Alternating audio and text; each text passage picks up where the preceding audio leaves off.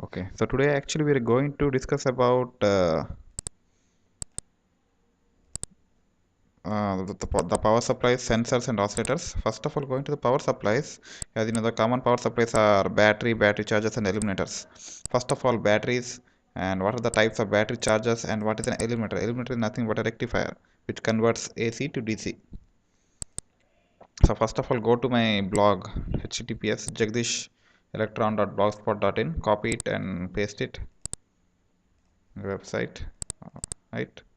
And here, okay, you can see the website jagdishelectron.blogspot.in, and here you can go for types of batteries. Right click on it and open it in a new tab. You will get something like this. Okay, so coming to the batteries, different types of batteries, I would like to say that there are two types of batteries. The first one, the red one that I have indicated, these are non-rechargeable batteries, and these are the rechargeable batteries. First of all, the rechargeable battery, non-rechargeable battery, they must never be charged. Keep in mind, they must be never be charged. And if you accidentally try to charge them, chances are there that they may get burnt out, or undesirable hazards may take place. First one is the alkaline batteries. This one you might be knowing. Alkaline battery, you might have used it. Okay, this comes in two varieties, AA and AAA. Okay, the next type one is carbon zinc. These type of batteries you might have mostly used in radios. This type one. Okay, and this one you have mostly used in torches. You might be remembering it. And this one is a lithium battery. This one is a button battery. It's also a non-rechargeable, generally used in calculators, clocks, and real-time clocks, and in a desktop PC. In desktop PC, you have something called as a real-time clock. So even when you off the desktop for around uh, 1 year, even then the desktop can recover its time. Why? Because there is a small button battery inside the desktop's motherboard which drives the real-time clock. Okay, here you have, so now we are coming to the rechargeable batteries. So when you want to discuss about the rechargeable batteries, you have NIMH type and NICD. Okay, so these are the general replacement of this type of batteries, alkaline batteries. Okay, these generally generate a voltage of 1.2 volts, but these generate a voltage of 1.5 volts. So out of these two, which one is the better one? So obviously NIMH is better one than NICD, because and NICD has a lower cost than NIMH. So NIMH is a better one. So always remember, whenever you try to buy a battery, the rate of the battery depends upon uh, the mAh rating, milliampere hour. It defines how much time the battery is going to last actually. So out of these two, NIMH is the best one. Always try to buy that one. And lithium-ion battery. Lithium-ion batteries are generally used in laptops, right? And these are the lithium-ion batteries. Lithium-ion batteries are generally used in laptops and mobiles. Well, these are the latest type of versions of rechargeable batteries. And then lipo batteries, lithium polymer battery. These are used in RC planes to drive brushless DC motor. These generally have something called as a C rating. C rating is defines the amount of discharge rate. It's called as a C rating. Means how fast these batteries can discharge. Because generally RC planes generally require use brushless DC motor, which require huge amount of current.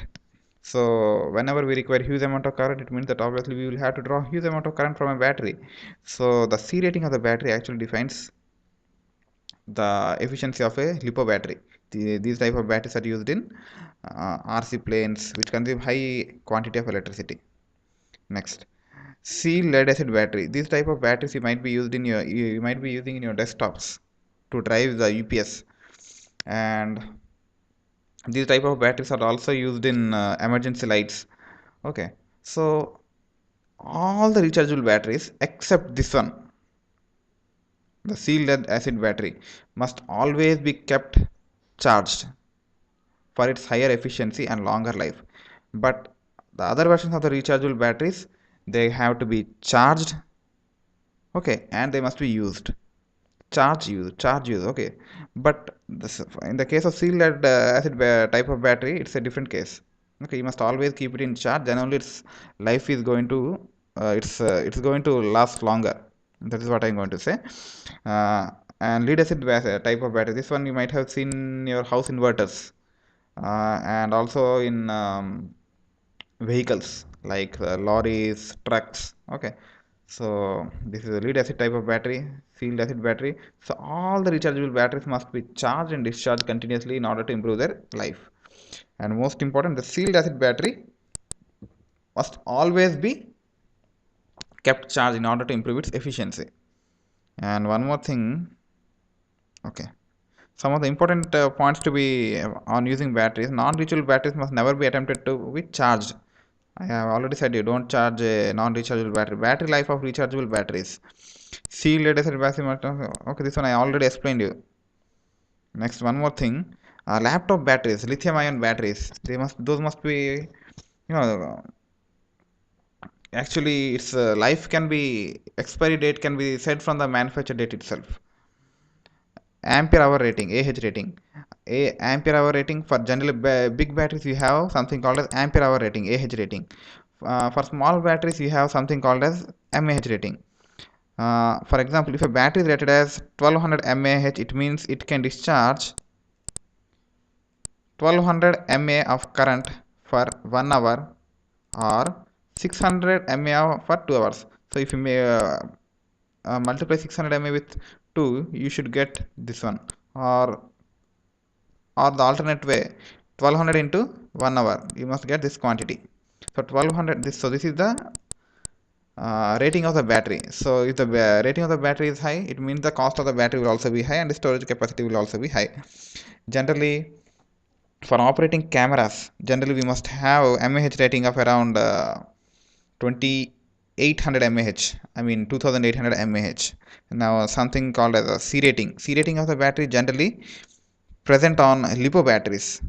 Okay, uh, it indicates how fast a battery can be charged or discharged. C rating is generally mentioned on high duty batteries like lipo batteries. Okay, so that was all about batteries. Now coming to battery chargers, there is nothing special to discuss about battery chargers and eliminators or rectifiers or adapters. So these generally convert AC to DC. These can be used as a variable DC power supply. Every time we cannot depend upon batteries because they are quite costly. So sometimes we have to make an alternate arrangement. So this is called as an adapter or eliminator. So here you have mm, uh, the voltage knob. By changing it, you can actually control the voltage, output voltage. And here you have polarity. And at the end you have something like this. So for hobbies, I think this is the best option to make use of DC supply. Well, now the next topic is on fixed and variable power supplies. So the next topic is on fixed and variable power supplies, how to design fixed and variable power supplies of your own. So without using eliminators, how you can design it of your own.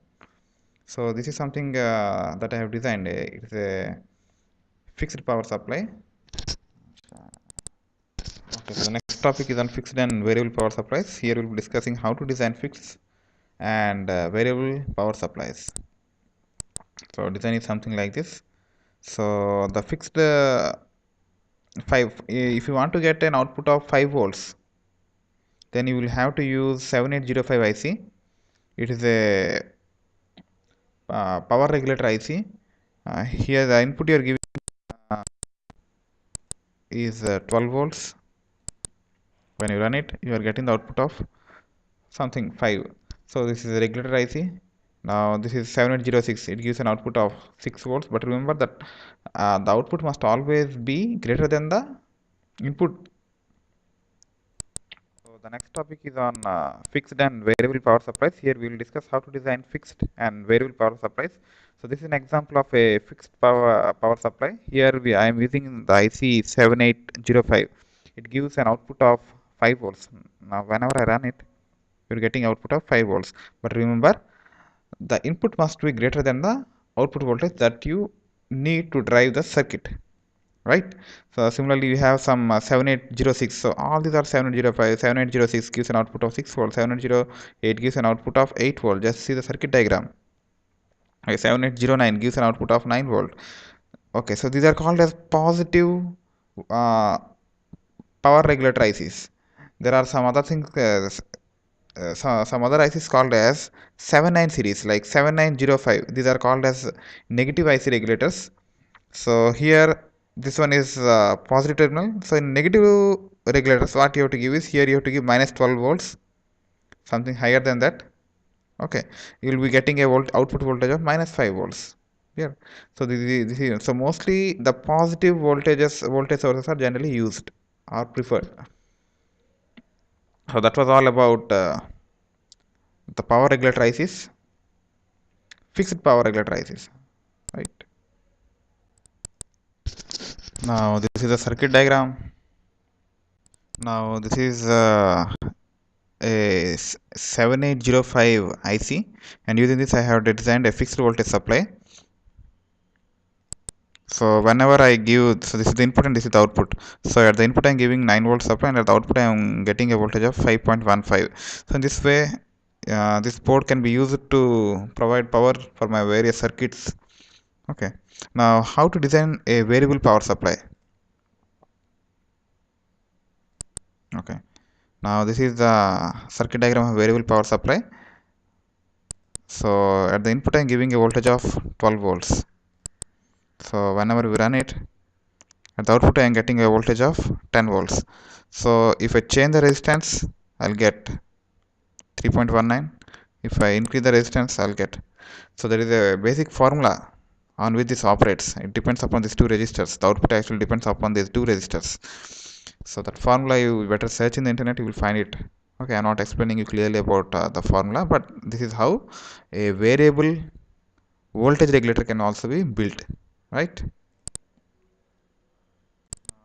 The next question, thing is how to generate a square wave using IC555. So IC555 is one of the most important IC that is used in for timing purposes. We can use it in stable mode, that is to generate square waves, or as a sensor. When somebody touches the pin, there is a pin, okay, input pin. If somebody touches that pin, it actually rings. So it is called as a monostable vibrator. You can also search this diagram in the internet, but I'm only going to explain it how we can generate a square wave using IC555. So this is the circuit. Well, so just design the circuit in Proteus. Okay. Now you can run it. So now let me run the circuit. So here this is the output pin. Here you can see that the output is changing. Uh, Let me connect an oscilloscope here. Now let us see the waveform.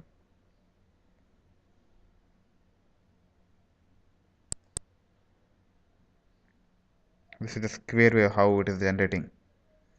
So at the output you can also connect LEDs to see how the output actually changes, right? So this is all about IC555 as a stable. The timing control for the IC555 as a stable multivibrator is defined by these two equations. T1 is the time for which the output is high, and T2 is the time for which the output is low. So based on this equation, you can make a selection of RA, RB, and RC. Now we are going to discuss about sensors. Uh, so sensors can be light sensors, temperature sensors, whatever it may be. In order to design a sensor, we generally use two types of ICs. One is IC741 and LM324. Both are op amps.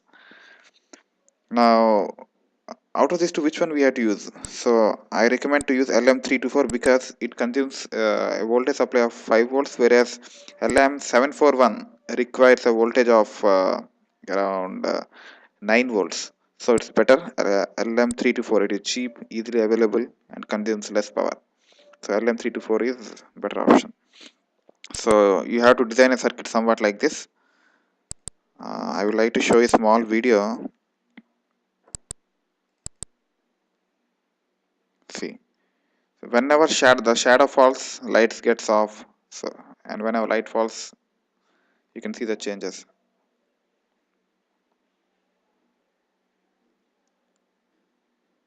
Whenever there is a shadow, light is off. Whenever there is a light on this, so here we have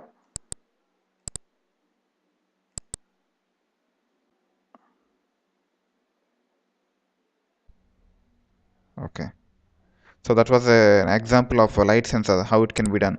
So here what we have to remove, in order to make a light sensor we have to remove this part, and here we have to keep a uh, light light dependent resistor. If you want to make an infrared detector or an obstacle detector, then you have to do an arrangement something like this, right? Okay. Let me test the circuit using Proteus software. So I have taken LM324 IC. This is the arrangement. So it works on the principle something like this. So when this is the positive terminal and this is the negative terminal of the op amp. If this terminal has higher potential as this negative terminal, then the output is 1. Means it can be plus 5 volts or plus VCC. And whenever the output of the input voltage to this terminal, I mean the potential difference to this terminal is less than the relative potential difference of this terminal, negative terminal, then the output will be 0. Okay, if the positive terminal has higher potential than negative, then our output will be 1, and if the positive terminal has lower potential than this terminal, negative terminal, then the output will be 0. So let me show you an example. So you are getting a output of 4.12. So this is an voltage divider circuit. So here now just let us change this resistance to 99. Okay, and let us run the program. The output is now 0 volts. So here we can keep a light sensor, and whenever light falls or whenever light decreases or increases, so accordingly the resistance will change and the output will also change. So in this way we can design sensors, not only light sensors, we can also design heat sensors, and a lot of other sensors can also be designed, right? And the next sensor is LM35. So LM35 is actually a temperature sensor. It's a transistor actually. It works. It can be used as a temperature sensor. It's a bit advanced topic and it's not so simple. So I'll be explaining in the next chapters. Generally, LM35 is a interface in microcontrollers in order to detect temperature, precise temperature. Next, photodiode, phototransistors. So these are, I'm not going to explain. Next, mobile sensors. How to design a mobile sensor or a dtmf circuit. So for that I'm going to demonstrate is how to design a remote control. Remote controls are generally two types: infrared and RF, radio frequency. Infrared means generally the TV remote control that you use at your home is generally an infrared. Generally the signals go from the remote control to the source through a direct line of contact. Whereas in the case of RF, okay, yeah, there need not be a line of contact between the transmitter and the receiver. So even there are obstacles, even then the signals can move from the transmitter to the receiver. So first of all, I would like to show a video. Okay, so this is the transmitter and this is the receiver. Okay, so the receiver, you have a receiver module, and at the transmitter you have a transmitting module. Actually this receiver module and transmitter module come in a pair and it costs around 300 rupees to 250 rupees somewhat. Okay, and here I have used a encoder IC HT12E IC, and at the so this is a sorry this is a decoder IC, and the transmitter I have used the encoder IC. So this just see how it works. Whenever I press a button at the transmitter, at the receiver you can see the changes. Okay, there is no wire contact between these two. So just a minute. This circuit can actually work in two modes. Here you have a RF module. So now it is communicating in radio frequency mode. But if you want to use it in infrared mode, then what you have to do is you have to remove this receiver, and remove. Here you have a transmitter. It's not visible. I'll show you afterwards. A transmitter, both of them you have to remove, and then this infrared LED will transmit a signal, and here you have another phototransistor which can detect the radiations from the infrared and it works accordingly. So this is actually the infrared radiation from this light. It is generally visible in cams. So this is the infrared light that you're observing. It's infrared. So that So the receiver and transmitter that I have designed can actually work in radio frequency and infrared, two in one, transmitter and receiver.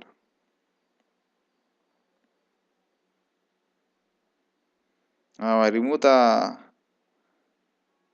RF module. So this is how the RF module actually looks. Okay. Now after removing the RF module, if I press anything in the transmitter, you don't find any outputs at the changes in the. Well, so that was all about designing remote control. So what is the circuit diagram and how it actually works? Transmitter. Actually, you have something called the H212E IC. H212E. H212E and H212D. Okay. So both of these ICs come in a pair for a cost of around 125 to 130 rupees. Okay. So HT12E actually what it does is it collects information from these 4 pins and sends it to this D-out. Sends it through a D-out at a clock rate that is proportional to R1. Okay, so we are getting a signal from D-out. Okay, so we are getting a signal from D-out. So this parallel data is actually converted to serial data. So this serial data, if you want, we can send it through a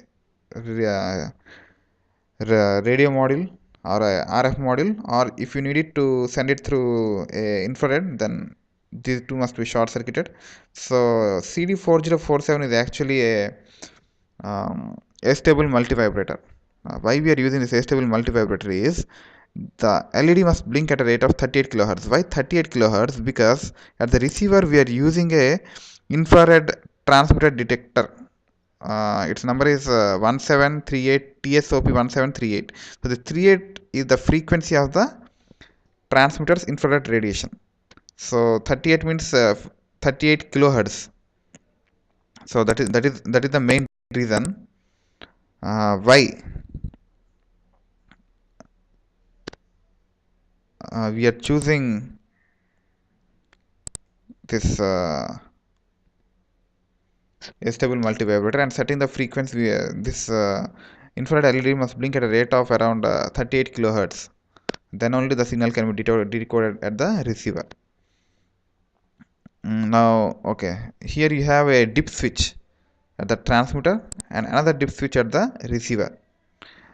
You have to remember one thing, that the address of the dip switch in both the modules must match. If they do not match, then the signal won't get transmitted from the sender to the receiver, either by RF or either by infrared. So that is all about H212E decoder and encoder ICs. So in order to design the transmitter, I have used all these parts in my transmitter, and I showed you how it was actually working. And in the decoder, I have removed this part. Okay, from this part to this part. Okay, has been removed. Something like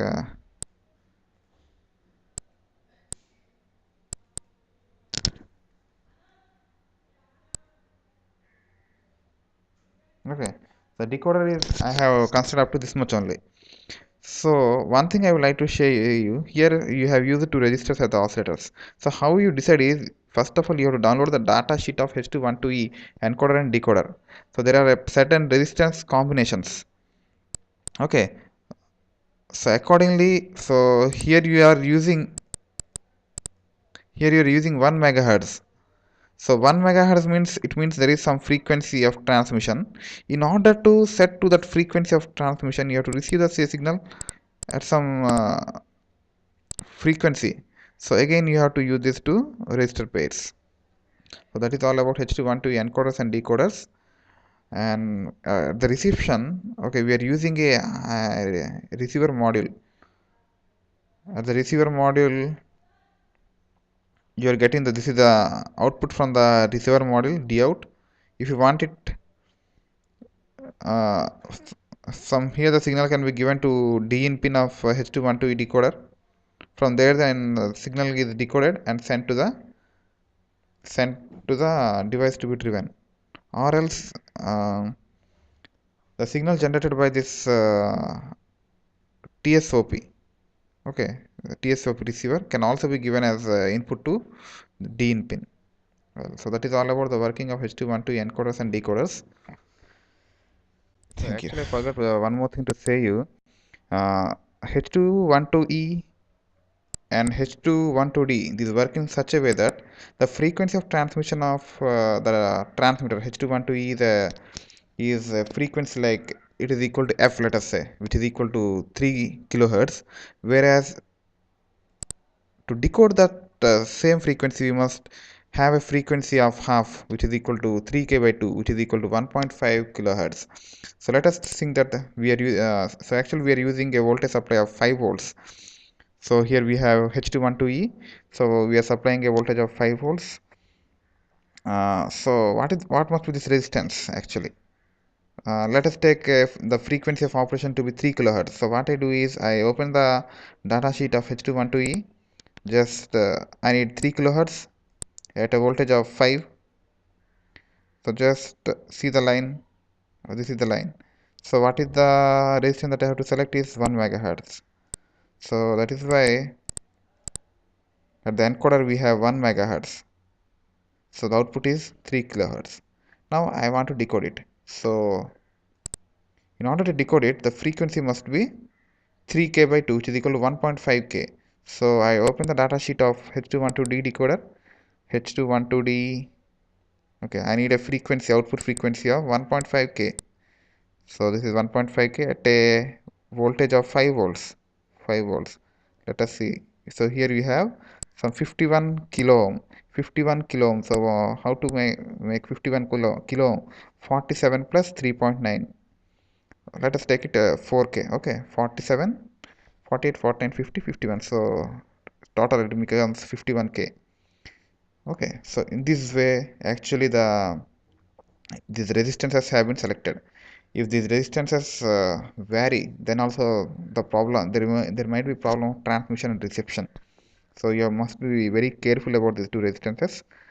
Okay, so thank you. Now the next thing that we are going to learn is about how to design a dtmf decoder circuit. So how it actually works is something like this. Actually, this is the main mobile. From this mobile, we make a call to this mobile. This mobile is the receiver mobile. It is generally kept in auto receiving mode. So whenever uh, we call this mobile, the call is automatically received, and then we have a DTMF decoder circuit, which then decodes the information according to the switches that we press here, and it in turn controls the microcontroller. So the circuit diagram is as follows. So uh, so this part is optional, this microprocessor is optional. First of all, we are going to see how the DTMF MT8870 IC is going to work. So I want to show you a small video. So this is the circuit diagram. Okay, actually the sound signal actually comes here. It is decoded and is converted to corresponding electrical signals. Well, so it's first of all, this is the mobile from which I am calling. This is the receiver mobile. This part, this receiver mobile, and this is the receiver circuit, DTMF receiver circuit. Both are complete. Okay, they are connected by a jack, audio jack. So this is a completely isolated circuit, and I am making a call from this mobile to this mobile.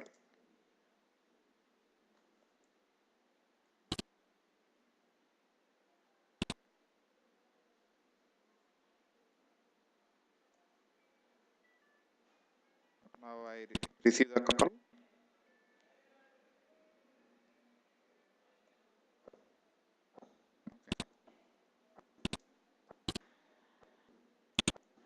Okay. Now I process various switches on the transmitter mobile. So by pressing various switches, you can see how the output changes. So the output from this IC can be used to drive relays, in which turn can be used to control many devices in in a household. Like we can design projects like controlling a electric motor or an electric fan through mobile phone, something like that.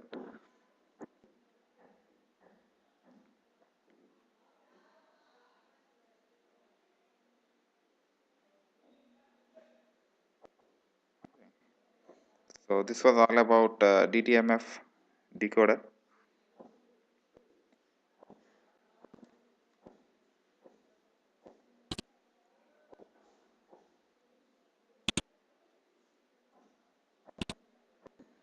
That's it. At the end, even when I disconnect the call, the lights still glow on. Okay, that means the output just stay buffered here. Okay, so that's all.